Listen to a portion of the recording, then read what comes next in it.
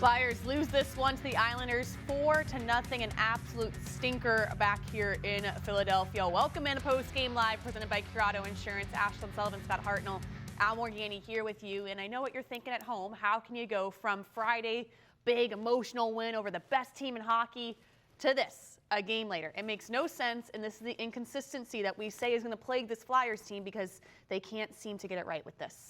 It was a clunker. You go from 7 goals against the best team in the league, like you said, Ashlyn, and then you come home and there really wasn't much going on for action at their net, guys in front of the net, making plays, all that kind of stuff. It was just a very dull game for the Flyers and just disappointing here at home. You wanted to kind of keep that momentum going, wasn't there?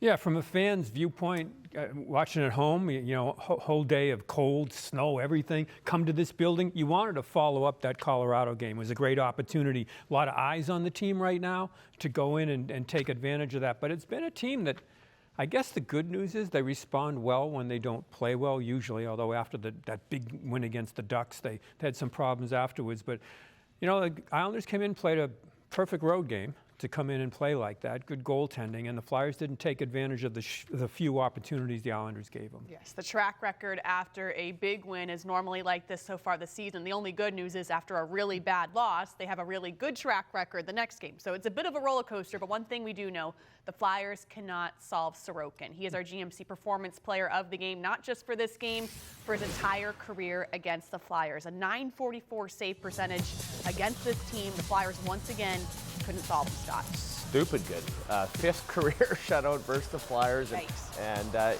we've talked about offensively. When I played, I loved playing the Islanders. It was, DiPietro and net, and it was going to be a point night, you know what I mean? And now it's kind of totally flip-flop, right? Where this guy knows he's going to shut him down. And the team has that kind of feeling, right? That energy playing in front of this guy. So, yeah, ridiculous game again for Sorokin, and they got to solve this mystery. Yeah, they didn't make him make many 10-bell saves, but he made the ones, obviously, the one he had to. And you can tell with a goalie, sometimes when you're just that good, you take the shot, it goes off the crossbar, off the post, because you have to be so perfect against them. And, boy, he's really become a Flyer killer. When you look at this, a 1.53 goals against average, that's pretty good, and you're not going to win many hockey games when you're going against this. No, you got to score goals, right? Missed the net on a couple of huge opportunities. Tippett in that first power play in the beginning of the first period off the bar. That goes in. It's a totally different game, but those numbers right there, that means you're 5 shutouts in 18 games. Brutal. Wow. Absolutely brutal, which goes to show why you see a clunker of this game. And I think when you look at this score and not just the game as itself, Al, I think people are going to say, where was the effort? Where was the energy? And at times it wasn't there, but overall I think it was more an execution level error here in this game. Yeah, but it certainly didn't look like it was 100% energy. And that, I hate to use the cliche, you come off a road trip sometimes. Yeah. It happens, but they didn't have practice a couple of days. But Rick Tocchet was worried a little bit about that. When he talked before the game this morning, it was like he wasn't sure about that area where you didn't practice what was going to happen. It didn't look good from beginning to end. Yeah, seemed to catch up with the Flyers as they had not been on the ice until last Friday, as it's time now for the Toyota Corolla crossover. Checking in with Brian Boucher from the press box up atop here in Philadelphia. Boucher, not a good game for the Flyers. Very disappointing after coming off that huge emotional win over the Avalanche. What was the biggest difference here tonight? Well, I think specialty teams, again, to me, played a huge role. The Flyers had some power play opportunities early. They give up a shorthanded goal, and it felt like after that shorthanded goal, they just weren't able to get things going once again. I thought their first power play, they really generated a lot of good looks. Hartsey talked about it, the crossbar by Tippett. They basically were in zone for a minute 55, not able to solve Sorokin, and then you give up a shorthanded goal on the next on the next power play opportunity, and the Flyers just couldn't recover from that. And just one of those nights. And I know that Rick Tocchet was concerned coming into this one because of, perhaps the travel, the no practice. How do you handle the good vibes? And it's just still a work in progress for this group. So, Boucher, you being a former goalie, obviously, Sam Ersson looked so good. He was meeting all the shots, there before the shots were taken in Colorado. Great game. And then come back here, he looked a little bit kind of behind. Is that 4 games in a row for Ersson? All that kind of stuff. Is it kind of the legs, or is it the mind, or what's going on there? Because he just looked a little bit maybe slow, in my opinion. Well, there wasn't a lot of volume against him, which I think can work against you to kind of get into the groove. I think he would have loved to have that first one against back. That high flip by Pajot. He could have done a better job of handling that puck. It was a bit of a miscue because I think Drysdale felt that he was going to handle that dump in. I don't think Drysdale was ever thinking for 1 second that Sam wasn't going to be able to handle that puck. And so I think Drysdale kind of went back thinking that Ersson had the puck, then realized he didn't. Cizikas beat them to the puck, and then it ended up in the back of the net. And I just feel like, for when you have a start like that, it's tough to regain when you don't have a lot of shots and a lot of opportunities again. So one of those nights where you just, maybe as a player when you're fighting it a little bit, it felt like that for Sam. I do wonder, now that was his 6th straight appearance. He's not done that a lot here, not this season. It's been a while since he's done it. So maybe fatigue was a little bit, it's not more physical fatigue as it is mental fatigue, right? When you've not played that many games in a row. Maybe he needs a night off. Who knows? But we'll see how the team responds and what goalie's in net on Wednesday night and see if they can bounce back against Columbus. Just one of those nights for the Flyers. Boucher, thanks so much. We'll talk to you later on this week. And now time for our Game Changer, brought to you by Sloan Automotive. You hate to see this. A former Flyer coming back to Philadelphia and ripping it. Tony DeAngelo, a 3-0 goal here. And you can tell he wanted this one out. Yeah, there you see Tippett. I think he should have probably taken that shot. Tippett coming back. Andre comes back, tries to get there. It looks like a bit of a screen by Andre. Andre and Rista had a bit of a tough night tonight with Rista coming back on the lineup here. But DeAngelo couldn't wait for this one. You'll see the top of the stick as they come back into this zone here. He's all wound up and ready to go. And there you see Andre trying to get in the lane, and there's the shot. Yeah, and Andre, it's a handle that he should have in the offensive zone, right? He kind of bobbles that one, goes right to them. They still have the power. This is a power play goal for them. So, 4-on-2, he's tickled the rafters. He's ready to shoot that thing as hard as he can. Then says something to the bench. I don't know if it was a trainer or a guy that he played with, whoever it is. It was a 15-yard flag. Yeah, right? Come Absolutely. Unsportsmanlike conduct, but the Islanders do win this one.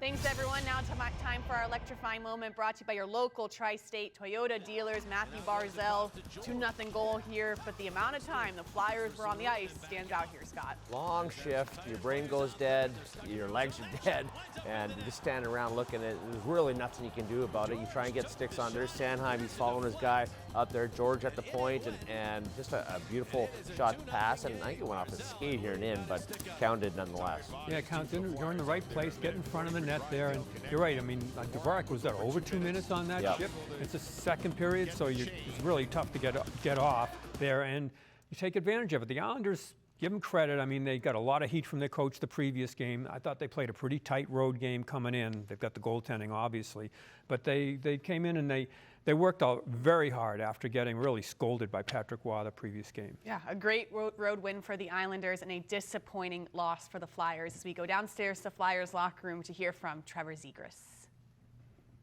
It's a pretty big opportunity for you guys against a divisional opponent. What do you think just went wrong with the start in the game? I just don't think we created a lot. We did a good job of squashing plays in their end and turning that into transition. I just think from the start we didn't have our best, and it kind of showed. I guess with the way that Saturday's game went, a big emotional win against the top team in the league, was there a bit of a letdown? Like, why didn't it carry over from you think? It's a good question. We knew it was a big game, 4-point game, right, in the division.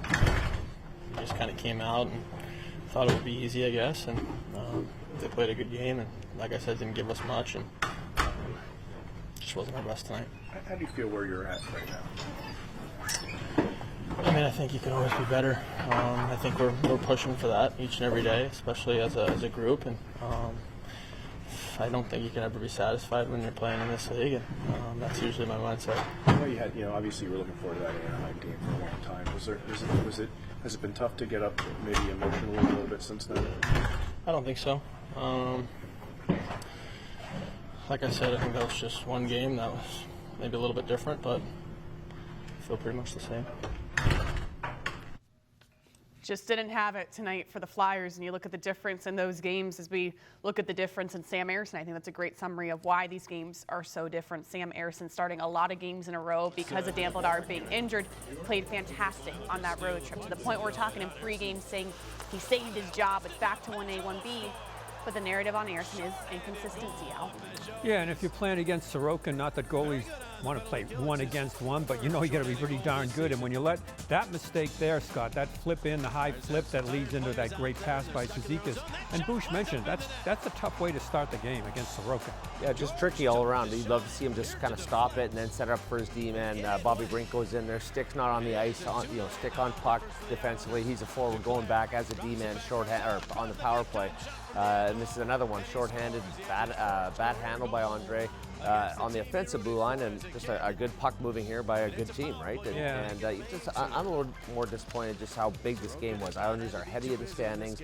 If you win this game in regulation, you're in third place, but just a little disappointed, yeah. Yeah, in front of Ersson, and Ersson didn't have his A game, obviously, but in front of him, that defensive pairing there, we mentioned the Andres pairing there with Risto struggled, so the Islanders wanted the game more. They played better. They played a really, really good road game. Yes, so the Flyers would have won this one right back in a playoff spot. Instead, the Islanders remain where they are. Disappointing loss for the Flyers. We are back with our Granite Run Buick GMC play of the game. What got the scoring started for the Islanders here in the first period. Pajot, his first goal, but flip is what stood out, Scott. Flip, and not a great handle here by Ersson, and just a smart play by Cizikas, right? Not known for his passing or kind of knowledge of the ice. I'm saying that not disrespectfully, but he checks his shoulder here when he goes into the corner. Brink doesn't have a stick on the ice, and just right on the tape here, top shelf. And you can see there, Drysdale really is surprised that the puck's there, that he probably thinks is going to be just stopped by Ersson. Yep. And then the Flyers losing this one 4-0 as we go back to the Flyers locker room to hear from the captain, Sean Couturier. Sean, this was obviously a pretty big game in the standings for you guys. Had a chance to move into third place. Just why do you think it was just flat for you guys? Yeah, obviously a disappointing effort. I think special teams was a big part of the game. Early on in the game, there wasn't much going on both ways, I thought, but they get a shorthanded and then they get a power play. So then after that, we were kind of flat and chasing it, but we need to be better overall. Why has it been such a struggle to put string wins together, even back-to-back wins for most of the season? It's a good question. If I had the answer, we'd probably have a better record, I guess, but it's something we don't need to focus on. We just need to focus on ourselves, playing the right way, showing up every night, and I'm sure the wins will come, I guess. Can that shorthanded goal early, Sean, can that be a little deflating? It's a nothing game. You're on the power play, thinking maybe take a lead here, and then before you know it, well, anytime you give up a shorthanded goal, it's tough, but we still had a long time to kind of get back into it with that power play. We had some looks, couldn't finish. I guess special teams, we just need to be better. We are back with our Thrill of the Game, brought to you by Universal Theme Parks, the exhibition at the Franklin Institute. And this one really put the game away. Third period makes it 4-0 now. There was no coming back from this one. No, there wasn't. And there you see Andres with the stick in there about to slam it down. I mean, they really had a tough night there. And Ersson also dejected because he was looking for another big performance. Just in between, too, right? Andre doesn't go at the guy hard in the neutral zone. He's able to make a play to Sipakov and then a nice pass there under the stick, and it's in the back of the net. And that was it in the third period, and we have been warned, Rick Tocchet, very blunt and vague tonight, so let's hear what the head coach has to say. Rick, it seemed, according to National staff, previously you guys had struggled with high danger shots, not getting enough pucks maybe to the front end of the net and driving to the net. Is that how you kind of saw tonight's game too? Well, let's start with the shorthanded goal. That was kind of the killer. We had no energy. It's kind of disappointing. It's a division game. After coming off the road, that's a tough effort. That's on me. I think we're 3-11-4 or something after a win, so that's on that's on me. So I'll wear it. So I got to get these guys ready to play after a win. I don't know what guys are doing for the last 2 days, but I don't even know if anybody played well. I think the Islanders just did enough to win. They didn't really do much either. They just clogged the neutral zone. So we decided to keep putting pucks in the middle instead of having speed. We didn't have much guys had any speed tonight, so that's on me. You made a change, I know, in the third, switch Matvey and Trevor. Trevor was giving you such consistent offense for the first half of the season. He's dried up a little bit. Where do you see his game?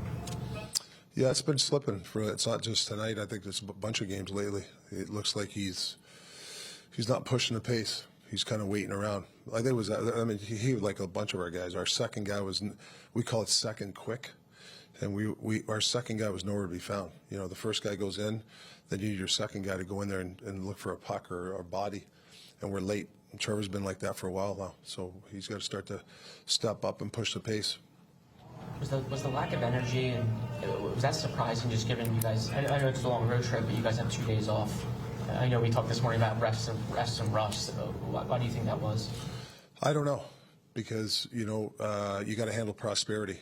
You win a game or you feel good about yourself, but you got to be even keel.